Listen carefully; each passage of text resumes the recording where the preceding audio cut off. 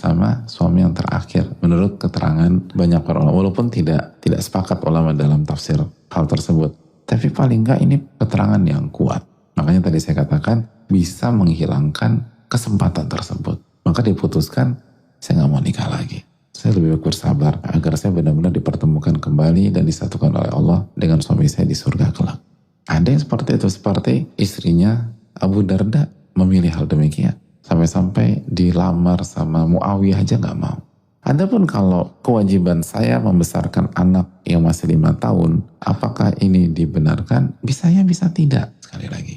Karena itu tadi, kalau misalnya ada sosok yang ingin menikahi kita, dan sosok ini jago dalam mendidik anak, dan bisa jadi tandeman kita mendidik buah hati kita, dan dia sayang sama anak kita, dan dia siap untuk berperan sebagai ayah, dan dia profil yang sangat baik di sisi kita, kita pun juga siap jika di akhirat tidak dikumpulkan dengan suami kita yang wafat, maka keputusan itu bisa dipilih. Tapi kalau misalnya ada istri tadi, dari awal dia udah bertekad, saya mau berkumpul kembali dengan suami saya di surga, dan saya ingin tetap menjaga chance itu semaksimal mungkin. Sehingga walaupun ada sosok yang bisa membantu kita mendidik anak kita, atau bisa menjadi ayah bagi dia, tetap kita tolak, itu hak kita.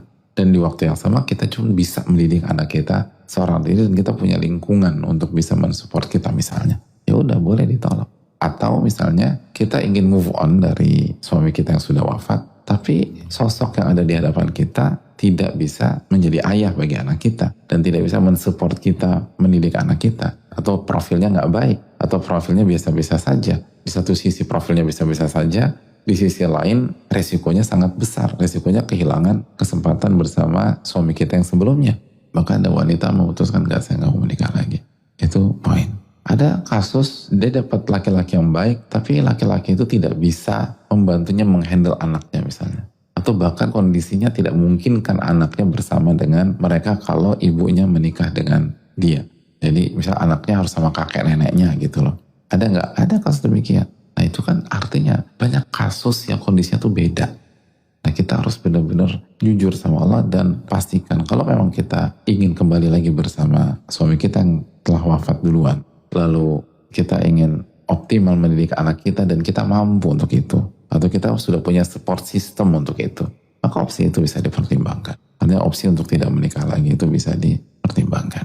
Dan secara fikih insya Allah aman, insya Allah ta'ala. Itu dijelaskan para ulama kita. Allah ta'ala bisa